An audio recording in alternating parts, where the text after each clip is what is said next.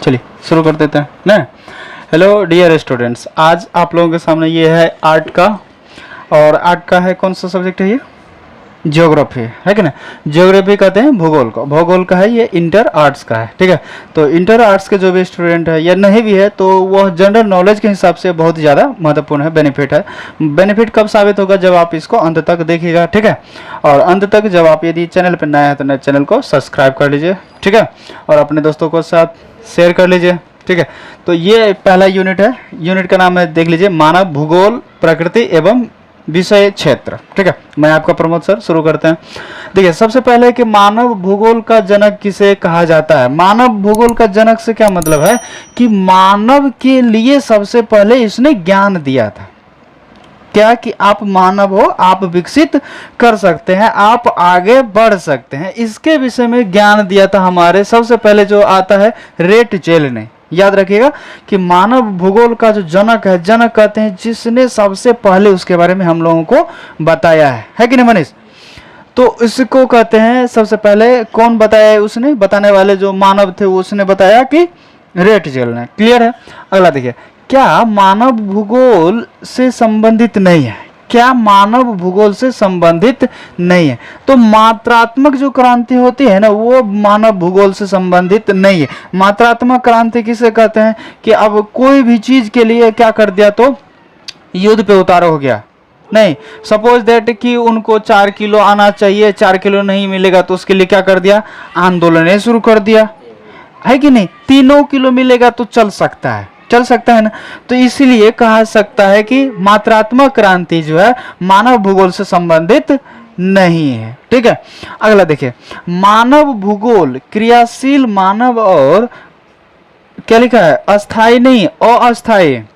अस्थाई का मतलब क्या होता है? जब कोई चीज रुक जाता है तब उसको बोलते हैं अस्थाई, और जो चीज नहीं रुकता है और रुकने वाला चीज नहीं है तो उसको बोलते हैं अस्थाई। सपोज दैट रात में कभी बारिश हो जाती है, दिन में कभी धूप हो जाती है, गर्मी हो जाती है, तो यह कहा जा सकता है अस्थाई है ना। अस्थाई, ये अस्थाई नहीं, रुका हुआ नहीं रह सकता। यह क्लाइमेट है और यह परिवर्तन होते रहता है कि नहीं? वेदर है ये, और यह परिवर्तन होता ही रहता है। उसी तरह से कहता है कि मानव क्रियाशील भूगोल जो होता है क्रियाशील मानव और अस्थाई पृथ्वी के परिवर्तनशील संबंधों का अध्ययन है। ये लिखा है, किसी विद्वान ने लिखा है। तो कह रहा है कि ये किसने कहा कि मानव भूगोल जो है वास्तव में क्रियाशील मानव के ऊपर लागू होता है।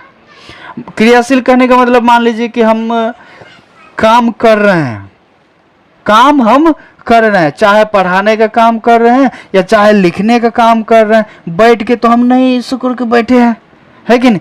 तो क्रियाशील मानव उसे कहा जाता है जो अपने काम में लगातार लगे हुए हैं। क्लियर है?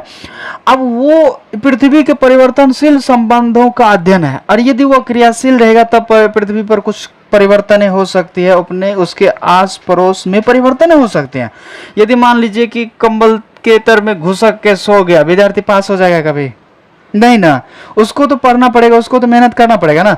इसलिए कहा है कि परिवर्तनशील संबंधों का अध्ययन है। अच्छा बताइए कि यह कथन किसने कहा था? ठीक है, तो यह सैंपल कुमारी ने कहा था, है कि नहीं? सैंपल कुमारी ने। आप मतलब आप ग्रंथों में पढ़िएगा कुमारी सैंपल, उचित लगता है कि मतलब सैंपल कुमारी हम सीधा से लिख दिए हैं, और जब आप पढ़िएगा कहीं पे मिलेगा तो कुमारी सैंपल के नाम से मिलता है आदर सत्कार के साथ। चलिए अगला क्वेश्चन है, कौन विद्वान मानव भूगोल से संबंधित नहीं है?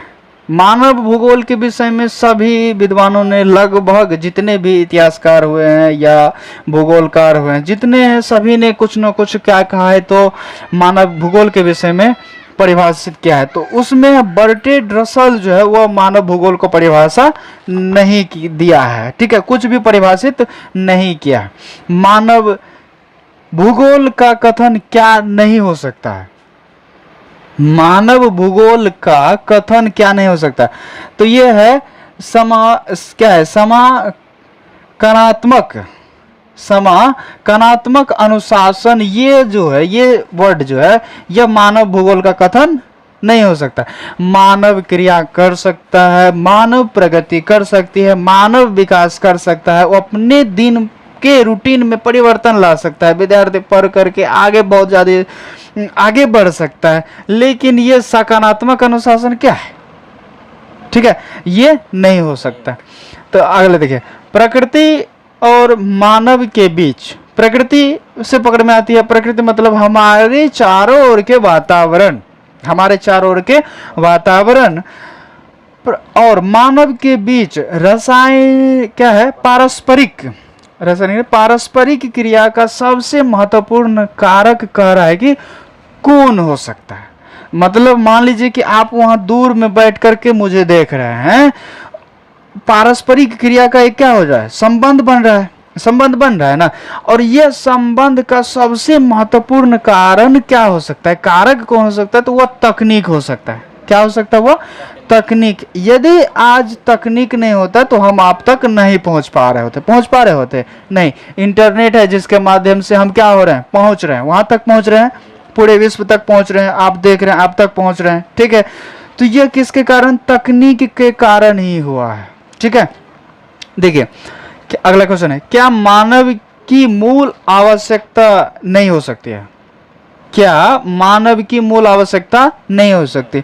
वह कौन सी चीज है जिसके बदौलत भी मानव अपना काम निपटा सकता है, अपना काम कर सकता है? तो वो है हमारा परिवहन। परिवहन किसको कहते हैं? तो परिवहन कहते हैं जिसकी सहायता से हम क्या करते हैं? एक जगह से दूसरी जगह जाते हैं, स्थानांतरण करते हैं। जैसे मैं मान लीजिए कि हमको पूर्णिया से हमको घर आना है, ठीक है, तो उसके लिए परिवहन की आवश्यकता होगी। सपोज दैट परिवहन यदि नहीं मिलेगा तो हम कैसे आए? साइकिल से भी चले आए, है ना, साइकिल चलाते चलाते भी और लॉकडाउन में आ गए ना। तो यदि वो नहीं रहा था सपोज दैट, तब क्या हो सकता था? तब नहीं आ सकते थे क्या? आ सकते थे ना, पैदलों चल सकते थे ना। तो परिवहन मूल आवश्यकता नहीं कहा जा सकता। हाँ, तेजी से काम करने के लिए परिवहन की आवश्यकताएं होती है, लेकिन पूर्ण रूप से डिपेंड रहेगा यह चीज आवश्यकता नहीं है। सबसे पहले जब सैटेलाइट को लगाया गया था तो वह किस पे लगाया था पता है?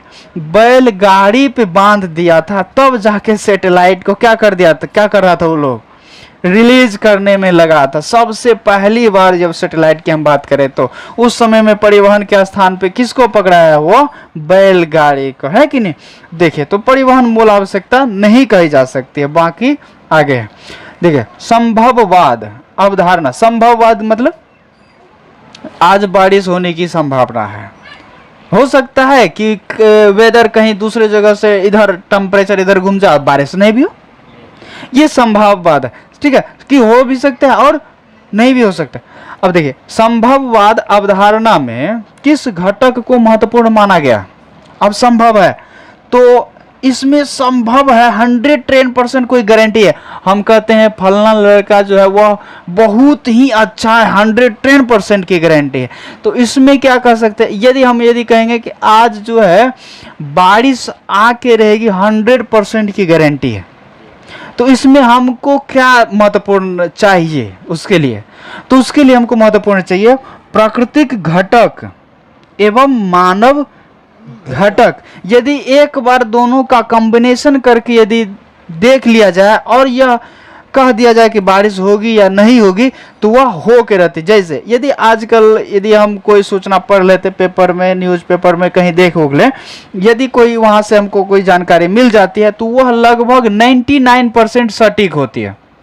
यदि मौसम के बारे में, पूर्वानुमान के बारे में यदि कहीं घटनाएं घटित होने की बात यदि कही दी जाती है तो वह 99% क्या हो जाता है? वह सही होता है। क्यों? क्योंकि जो भी है वो प्रकृति और मानव के घटक को क्या किया है? तो एक साथ समाकल मतलब अध्ययन करके पेश करता है, इसलिए उनकी जो कही बात होती है वो क्या हो जाती है? 100% सही हो जाती है। तो वह संभववाद किसको मतलब जोड़ता है? प्राकृतिक घटक और मानव घटक को। ठीक है, अगला देखिए, नव निश्चयवाद से संबंधित कौन है?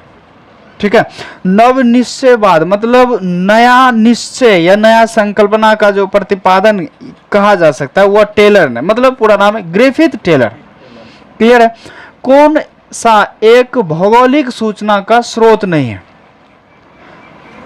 कौन सा एक भौगोलिक सूचना का स्रोत नहीं है, भूगोल के बारे में कौन सी चीज जो है वह जानकारी नहीं देती है, तो वह जानकारी जो है भौगोलिक जानकारी हमको प्राचीन महाकाव्य नहीं देते हैं। प्राचीन महाकाव्य मतलब बड़े बड़े ग्रंथ जो है, जैसे हो गया हमको महाभारत, गीता, है कि नहीं, उपनिषद, उसके बाद पुराण, है कि नहीं, ये सब जो है भौगोलिक सूचना का स्रोत नहीं है। मानव की जो सूचना है वह देता है, लेकिन पृथ्वी की जो भौगोलिक संरचना है उसके बारे में जानकारी नहीं देती है। ठीक है, चलिए तब तक मिलते हैं। ठीक है, अगला बार अगले मतलब अध्याय यूनिट के साथ में। यदि आप हमारे चैनल पर नए हैं तो चैनल को सब्सक्राइब कर लीजिए और शेयर कर लीजिए। ठीक है, टेक केयर, तब तक के लिए मिलते हैं अगले वीडियो में।